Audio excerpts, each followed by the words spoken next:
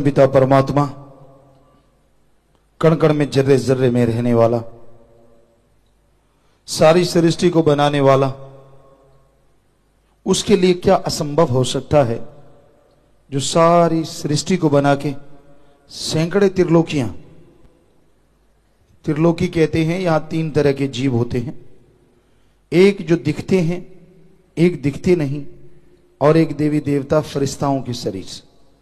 दिखते हैं अस्थूल काय, नहीं दिखते सूक्ष्म काय, और देवी देवताओं का ऐसे हाथ हो तो परछाई ना पड़े उसे कहते हैं कारण काय। 3 तरह के शरीर यहां पे होते हैं, उसको त्रिलोकी बोलते हैं। ऐसे सैकड़े त्रिलोकियां हैं, और यहां जाके आत्माओं का वास होता है भक्ति के अनुसार, सेवा सिमरण के अनुसार। तो वो सचखंड निज धाम, वहां पे पता नहीं कितनी रूहों का वास है, और सबके साथ परमपिता परमात्मा है जहरा तौर पे। यहां तो नजर नहीं आता, लेकिन वहां तो हर आत्मा का मालिक सदगुरु मौला उनके साथ है। तो वो कैसा होगा जो हर जगह एक होते हुए भी मौजूद है? वो सुप्रीम पावर, वो परमपिता परमात्मा हर जगह है, पर वो हैरानी की बात यह है हर जगह होते हुए भी वो अजन्मा है, वो जन्म नहीं लेता, और अजाप है, उसका जाप नहीं हो सकता। उस तक जाने के लिए जाप करना पड़ता है। जब उसकी शब्द को, धुन को पकड़ लेते हैं, जाप की जरूरत नहीं पड़ती। अवर्णनीय है, कोई तुलना नहीं है उसके बराबर। तो वो क्या नहीं कर सकता? आदमी के अंदर रोग पैदा होते हैं, कर्म रोग, या फिर उसके शरीर के खरीदे गए रोग। कोई सच्चे दिल से परमपिता परमात्मा को याद करे तो जिसने ये शरीर बनाया है वो उन रोगों को शरीर में से ऐसे निकाल देता है जैसे मक्खन में से बाल निकाल देते हैं। मालूम तक नहीं पड़ता, पर बात संतों के वचनों को मानने की है। अगर कोई मान ले, सहज सुभाए फकीर कहते हैं, कहते नहीं मालिक कहलवाते हैं, और उनको कोई उसी समय पकड़ ले, बस बेड़ा पार हो जाता है। असंभव भी संभव हो जाया करता है। लेकिन वचनों की ही भक्ति है कलयुग में। मान लिया तो ठीक है, ना माना तो भरो। संत गुस्से नहीं होते कि मेरा वचन क्यों नहीं माना, दुखी जरूर होते हैं कि भाई इसके कर्म काट रहे थे, पहाड़ गिरने वाला था, लेकिन ये है जालिम, मानने को तैयार नहीं। चलो फिर क्या कर सकते हैं? तो वो अल्लाह, वो वाहिगुरु, वो राम इतना शक्तिशाली है कि सच्चे दिल से याद करने मात्र से वो इंसान की जायज इच्छाएं पूरी करनी शुरू कर देता है। तो जरा सोचिए, अगर कोई लगातार भक्ति करे, लगातार इबादत करे, तो क्या कोई कमी आने देगा? कभी नहीं, कभी नहीं। तो इसलिए उसको सच्चे दिल से याद करो, फरियाद करो। वो परमपिता परमात्मा दया का सागर, रहमत का दाता, कोई कमी नहीं छोड़ता किसी भी तरह की। तो इसलिए अगर आप उस परमपिता परमात्मा की दया में रहमत के काबिल बनना चाहते हैं, उसकी कृपा दृष्टि के लायक बनना चाहते हैं, तो ये जरूरी है आप उसके नाम का सुमरन किया करो। दिखावे की जरूरत नहीं, उसको दिखावा बिल्कुल पसंद नहीं है। दिखावे से तो समझदार आदमी भी नहीं पसीजता, उसको भी पता चल जाता है यार ढोंग कर रहा है, पाखंड कर रहा है। तो वो खसम जिसने सबको बनाया है वो कैसे दिखावे में आ जाएगा? जरा सोचिए। वो तो सवाल पैदा ही नहीं होता, वो तो हकीकत में यकीन रखता है। आप कैसे हैं, किस तरह के हैं, वो सब जानता है। क्या विचार आपके अंदर चल रहे हैं और क्या आने वाले हैं, उसको मालूम है। आपको नहीं। आपको तो इतना मालूम है क्या आए थे और क्या आ रहे हैं, आएंगे क्या, ये भी उस मालिक को पता है। तो बताइए आप उससे क्या छुपा पाएंगे? फिर भी झूठ, फिर भी कुफ्र तोलना, अपनी बेड़ी में बट्टे डालना है। तो इंसान सच्चे दिल से परमपिता परमात्मा को याद करे, उसके नाम का सुमरन करे, तौबा करे अपनी बुराइयों से। यकीन मानिए वो वैश्यों को ऐसा भक्त बना देता है जिसका नाम दोनों जहां में अमर हो जाता है। वो गिरे हुओं को ऐसा उठाता है कि उनका नाम अर्श फर्श दोनों में गूंजने लगता है।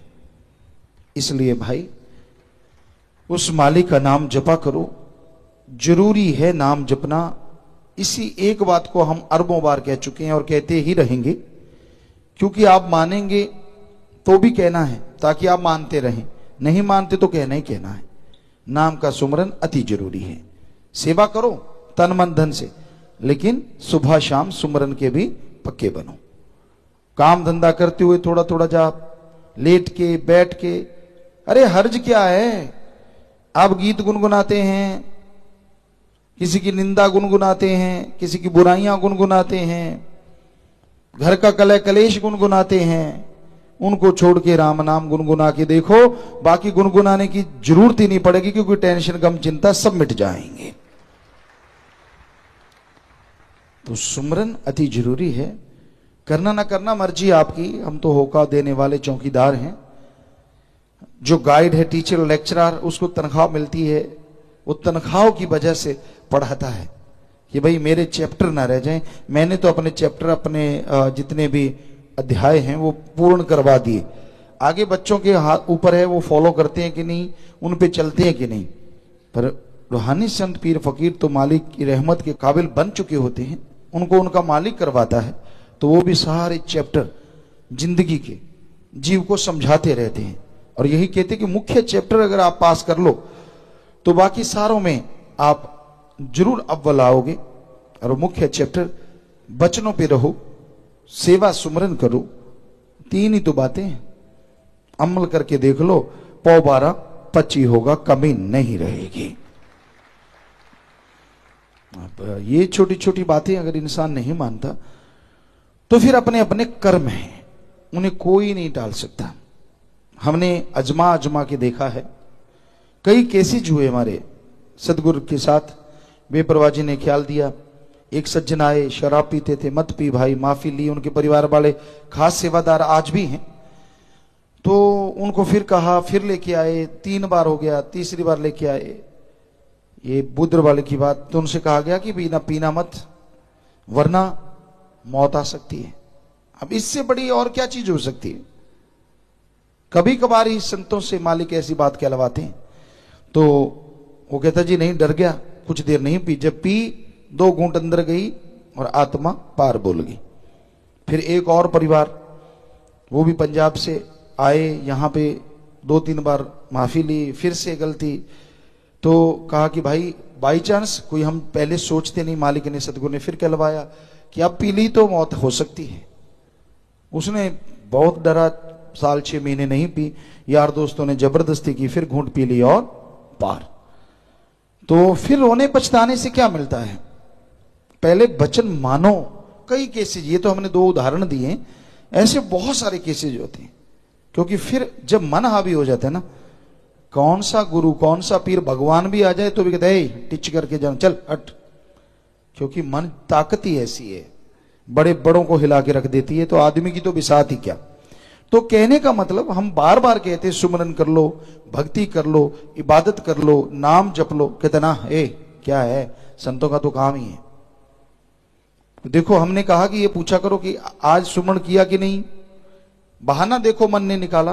कहता मेरा तो मालिक को पता है। बता, इससे बेशर्मी कोई और हो सकती है? ये तो हमने बोला ही नहीं कि आपने आगे से ऐसे कहना है, सिर्फ ये कहना है आज सुमरन किया, कोई पूछ ले कितना तो वो भी बताना है। ये तो बोला ही नहीं कि ये मालिक को पता है। मालिक को तो फिर सारा ही पता है। तेरा अगर चिट्ठा खोल दिया तो जीने के काबिल ना मरने के काबिल। तो अच्छा है कि उसको ऐसा ना बोल, कहीं वो खोलने लग गया तो। उसने तो तेरे से खुलवा लेना है, ये पुर्जा हिला दिया, सबको बोल बोल के बताएगा, फिर क्या करेगा। तो अच्छा है सही से मान जाया कर कि आज नहीं किया, शर्म आती है तो अगले दिन कर ले, लेकिन बहाने ना ढूंढ। तो ये बड़ी हैरानी है मन की। ना सुमन करना, सत्संग नहीं सुनना, अमल नहीं करने के लिए हजारों बहाने, तरह तरह के। हम तो हैरान रह जाते हैं।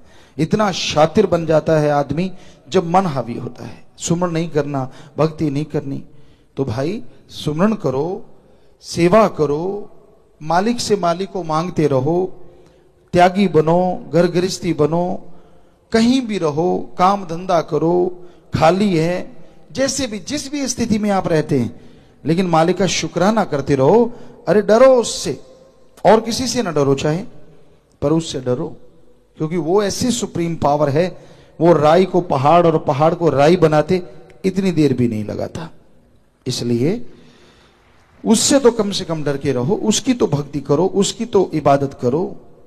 घर में राम नाम जपो, खाना सुमन करके बनाओ, काम धंधा करते सुमरन करो, ताकि जो कार्य आप कर रहे हैं उसमें बरकत आए। खाना जो खाए उसको मालिक की याद आए। वो ऐसे ना करो, उससे खिलवाड़ ना करो, वरना आपकी जिंदगी खिलौना बन जाएगी। फिर ना जीते के ना मरते के, क्या फायदा ऐसी जिंदगी का।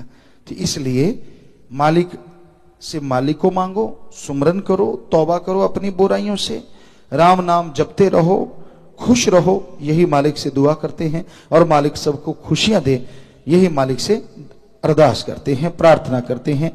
तो भाई, करने वाला मालिक और मानने वाला इंसान।